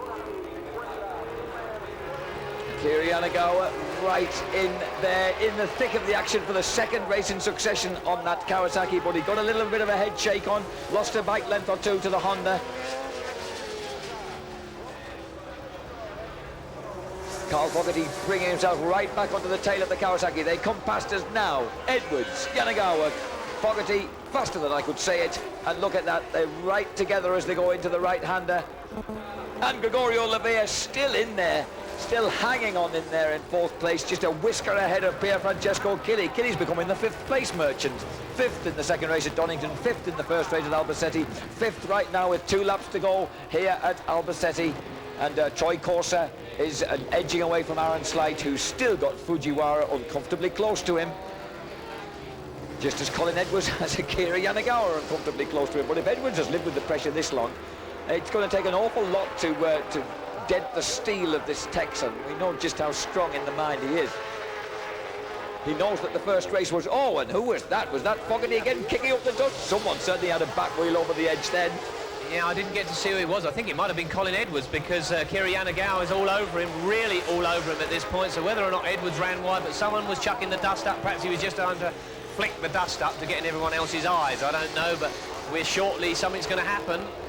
And as he said before, if it doesn't soon happen, it won't happen, will it? That makes any sense to anybody, but it's going to have to. Either Edwards is going to pick the pace up, Akiri's going to make a bold move to pass him, or I don't honestly think Carl Fogarty's going to be able to do much. I think at the moment he's quite happy sat there in third. I'm slightly concerned about the fact that Luca Pedicini and Jean-Pierre Jongdao are enjoying their own personal battle for 15th place at the final point, aren't too far in front of this trio. They've flashed past us now. Here come the others now. So the gap's not too big. I just wonder if they're going to get in amongst them at the worst possible moment into the final lap then. Colin Edwards squirming into turn one ahead of Akira Yanagawa. And right behind them, King Carl. But can Carl Fogarty do anything about it? It looks to me like he's a bit on the limit on that Ducati. I don't think he's going to be able to get much more out of it. We just got a glimpse then of the two back markers. Well, back markers, the two guys fighting over 15th place, and they're rapidly overhauling them, Steve. This is going to be an interesting one because those guys are engrossed in one another. Yeah, it is, and Akiri couldn't do what we were expecting he might try. We've seen him, and this is where we saw the dust flying. Who was it that did run wide?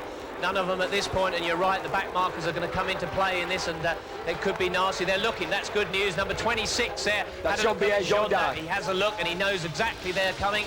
The trouble is, it's not always easy to get out the way. It's very easy to get in the way by pulling over to the wrong side of the track. He's very experienced, so I'm sure he'll be all right, and he has. Perfectly ran wide there. All three of them have gone through, but the rider in front of him, number 19 there, that's Luca Pedicini. Has he seen them? We'll wait to see if he's seen them, and I think he's going slow enough to see them. Yes, he has. He's looked over his shoulder, should pull out to this. Oh, he's going to go through this corner now. This could upset Edwards. There's only about 3 corners remaining of this final lap. And Akira Yanagawa, you see the Kawasaki really squirming as they go into the S's. That's the wrong place to get a back marker. Pedicini reckons he can hang on there. He wants that 15th place. Oh no, he's going to be right in front of them now as they come out of the turn. Akira Yanagawa goes for the right-hand side and really nails the power. The front wheel rises, but he doesn't quite make it. Colin Edwards wins second race out in 2 meetings to take his total to 5 race wins in World Superbikes. Carl Fogarty will be, we already know, a disgruntled third. Troy Corser flashes across the line. Lavia finished fourth, a whisker ahead of Pier Francesco Chili in 5th place. Troy Corser in 6th. And that was a pretty cracking race. Right now, crossing the finishing line, number 23. And that's someone who's way back. Keefka, he's been lapped. Colin Edwards, he's the man. Number 22, Vito Goreski crosses the line. Goddard just pips Andy Mecklau for 10th place with Igor Yerman in the slipstream. And the crowd applauding as Colin Edwards completely fills our screen with smoke. We can't see him.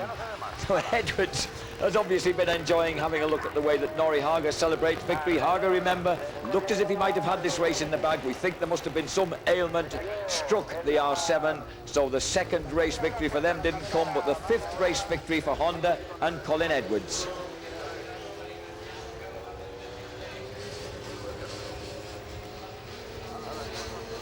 Colin Edwards, number 5 race wins in World Superbikes. And his second race win of this year on the Honda. He said when he was interviewed pre-season in Kyalami that he reckoned he would get 10 race wins in the championship this year. Now, Frankie Killy sportingly congratulates the Honda rider. Edwards will be well pleased with that. And that means that he'll have increased his chances, considering that he got an absolute 0 in the first race. Then that'll have put his title chances back on course. Yeah, I don't think it's going to change any of the positions in the championship. It's going to close a few things up, but it will still be Carl Fogarty will go away from here leading the championship. Corser second, Edwards third, but Edwards is going to be a lot closer to Troy Corser after this race, or in fact now having done that wonderful race win, or had that wonderful race win. Yeah, that'll stick him on to about 123 points, so it's definitely kept him in contention. It's amazing how someone can come back from such a disappointing misfortune in the first race. Akira Yanagawa, let's not forget, he really gave it everything, and the Japanese rider, look at this. At this point here, the back marker's there, and Edwards nearly, he had to keep it really tight. You can see he didn't have to use all the track. Akira Yanagawa in second gear, actually reams the power out of that. No, I can't say it, sorry. Screws the throttle so hard at that point, trying to get the power down, but it wasn't enough, was it? And he scrings the neck, that's right, wringing the neck of that Kawasaki. I think we got the feeling. Screaming and ringing put together. Right. Oh, and Colin Edwards decides to do another lap. Everyone else has come in, and he's gone past us now with the front wheel in the air. Don't know if that's allowed. Well, Colin Edwards is, we were hoping to see him on the podium. Hey, Colin, come back, come back. come back here. No, he's going out for another lap. He thinks that, yeah, you know, this is great fun. I've won my 5th World Superbike Championship race in my career, and yes, he's saying, I want to do more. I'm enjoying this. He certainly rode a cracking race, didn't he? Akira Yanagawa. Oh, no, I beg your pardon, Gregorio Lavilla waving the national flag of Spain. Either that or an oil flag. And he's going around taking the plaudits of the crowd for a hard-won 4th place. OK, it may not have matched his rostrum finish in the rain, but at least there were more people here to see it this year. A much, much better crowd at Albacete, much, much better weather. And Gregorio Lavilla has at least started to open his scorecard rather more than he had managed to do with a series of accidents. There's confirmation. Fogarty 167, Corsa 131, Edwards 122. Carl's lead now 36 points. Yanagawa 106, Slight 104. Hager sadly marooned on 75 when he might have been up to 100. So that makes a big difference, doesn't it? 10th place now for Gregorio Lavilla. He's lifted himself clear of the into a reasonable position now, so he can start looking forward to a better season as time goes on. And notice that 15th place is still held by Johnny Reynolds on that Reevy Red Bull Ducati. But another great race here. Colin Edwards wins it. 2nd place, Akira Yanagawa. 3rd place, Carl Fogarty. And look at that gap between Lavilla and Keeley. A hard-won race there for Lavilla for 4th place ahead of Keeley.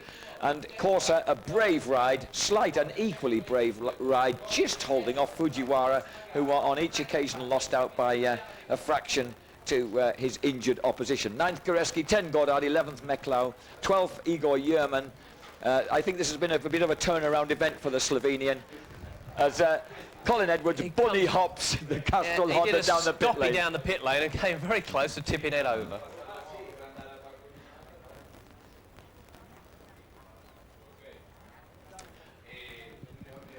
Points in the Manufacturers' Championship, Ducati 177, Honda staying close at 151, Kawasaki 108, Yamaha rather unluckily 85, because the R7 winning its first race ever, and that's very, very good news for them. Suzuki 5th, Aprilia in 6th place.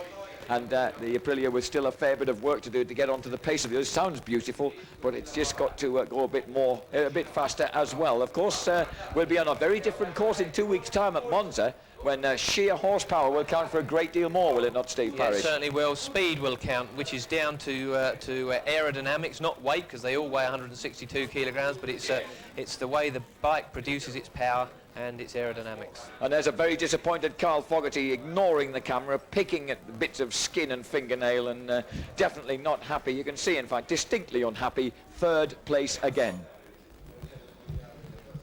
Carl, 2/3, 3 seconds, 3 firsts in the championship so far. 34, Akira Yanagawa. Number 20, Doriano Romboni. These guys are going to be the boys to set the pace. And that front row of the grid, which is right down beneath our commentary position here, with a beautiful blonde Marshall alongside it, is going to be the ideal spot to get your hot start from. Remember, when they reach that double chicane on the first lap, they're going to have at the Retifilio, they're going to have a heck of a time keeping themselves in order and not knocking one another off. It really is a very tricky first turn, and not a lot of room for one's elbows when you get there. Number 111, Aaron Slight, going through there, still suffering braking problems. He had them all weekend. For some reason, he gives them such a hard time. Neil Tuxworth was his team manager, saying that he does tend to overheat those brakes, even though they've changed from Brembo to Nissan since they've had to ditch carbon fibre in World Superbikes. He's always had this problem with the brakes. Colin Edwards is okay on the number 5 Honda, and here they are, extravagantly warming up those tyres. Incidentally, number 41, Norrie Hager, he is Michelin's front tyre man. He always runs a harder compound than anybody else, and as you can see, he's not even bothering to warm the tyre up at the moment. He's just adjusting his helmet, making his visor fit more snugly. We've just been told that Hager is the hardest person in the whole Superbike paddock on the front Michelin tyre. It's astonishing.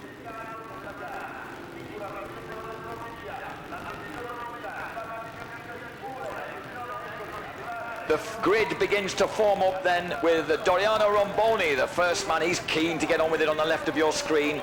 He lines himself up there underneath that red flag. And the whistles already start as another Italian veteran lines up alongside him, Pier Francesco Chili. So there you have the two front, half the front row of the grid is Italian. I think that might account for the fact that a rather large crowd is assembled here at Monza. Colin Edwards on the right. Can he make a good start from there? That would be the ideal, but will anybody be able to live with him during race conditions? This is very, very tense. What's going to happen? This is round 5 of the 1999 World Superbike Championships. Alongside him, Troy Corser. Behind them, Akira Yanagawa, Carl Fogarty, Nori Haga and Fujiwara Suzuki. Watch those lights. They go green. The Honda gets the power down, but it's absolutely side by side, and it looked like number 11, Troy Corser, who was out dragging him. And look at Fogarty, number 1, trying to break through the middle. And Fogarty comes through. What a great show from Fogarty, late on the brakes. He squeezed through into second place. A Ducati 1-2. That surely is what they needed straight off the start. The field dutifully go through without any damage. A 1-2-3 because Doriano Romboni's in third place. Akira Yanagawa's in there, and Nori Haga's got another of those legendary starts where he just breaknecks his way through from the second or third row. Absolutely fantastic stuff. Look, Fogarty's going for the inside straight away. He's not hanging around. Into the second chicane, left and right. And Carl Fogarty's the man at the front. Well, that's extraordinary, because right here is where he pulled up during the warm-up lap with a problem, during the warm-up session this morning with a problem. Colin Edwards has got sucked into the crowds, and he now has a lot of work to do. He's even behind number 111, his teammate Aaron Slight. Incidentally, they are friends again now. I'm really chuffed to report. And at the front, these two bitter rivals who are always pals, Corser versus Fogarty. This is a heck of a race already. They're all in there, they're all charging, and look at number 11, Troy Corser, trying to get round the outside of Fogarty and succeeding. He leads it into Ascari curves.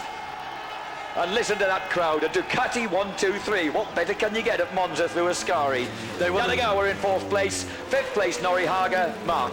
Yeah, they want to see those Ducatis 1-2-3 on the last lap though, Jack. I mean, it's early days, but I mean, we've already seen a couple of examples. We're about to see another example, maybe, of just exactly how important the slipstreaming is at this place. We have no doubt in our minds now just exactly what Carl and Troy's game plan is today, and that's to go out, break them from the front and do everybody's mind in, as Carl would say.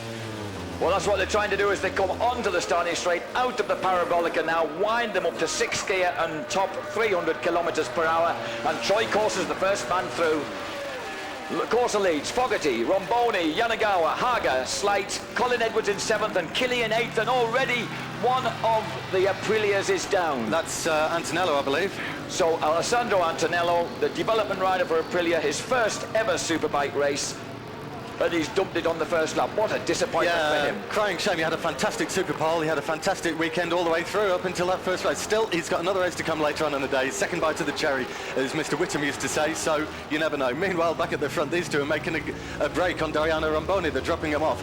And it looks to me like Romboni is beginning to hold them up. He's got the Haga light, Haga the horrible behind him. Akira Yanagawa is doing some wide lines there to get past Pier Francesco Chili. It's actually Killy that's assaulting the Kawasaki. Colin Edwards has succeeded by swinging around the outside of the Kawasaki. He's making progress, and Haga is right in there, closing the gap. Romboni is the man who's leading the way on that bunch, but he's soon going to get eclipsed, I'm sure. But having said that, that R&D Ducati is fast. It's going to be a difficult one to overtake, but Colin Edwards is the man making the move. He seems to be the man who can make progress from midfield. Having said that, Frankie Killy's there as well, and Andy Mecklau, who was a very impressive qualifier on the 3rd row of the grid, number 16, on the Remus Red Bull Ducati, the 32-year-old Austrian who tested the factory Grand Prix, the Red Bull Yamaha rather, the Grand Prix 500 Yamaha last week. He's obviously been had his spirits lifted. He's in there ahead of Aaron Slight. Slight tries to slide underneath him and does. And this is Akira Yanagawa trying to stay ahead of Frankie Killy. Corser ahead of Fogarty at the front.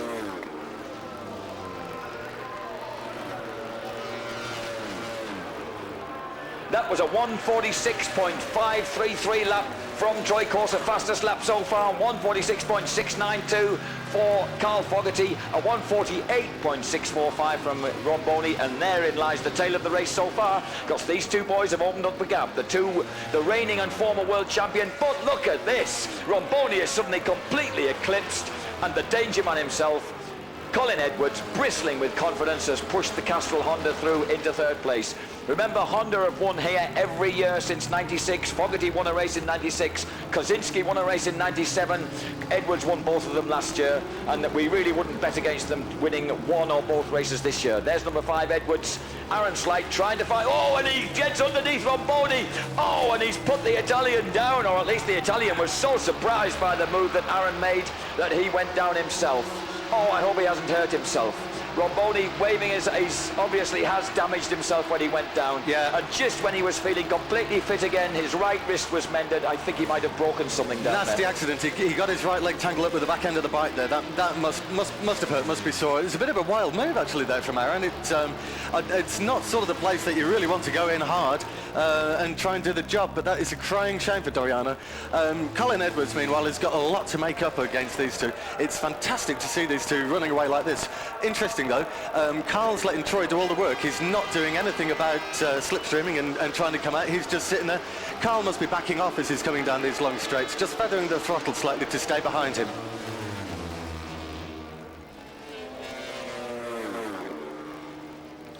The usual Carl Fogarty game plan is to go to the front and tear away in the opening lap. So this is a different strategy. If he is riding and slightly backing the throttle off, and they're identical times there, 295.8, Edwards noticeably on 300, Hager 292, Kili 295, not great differences in time, Yanagawa, slight, Meklau, Fujiwara and Goddard rounding out the top 10.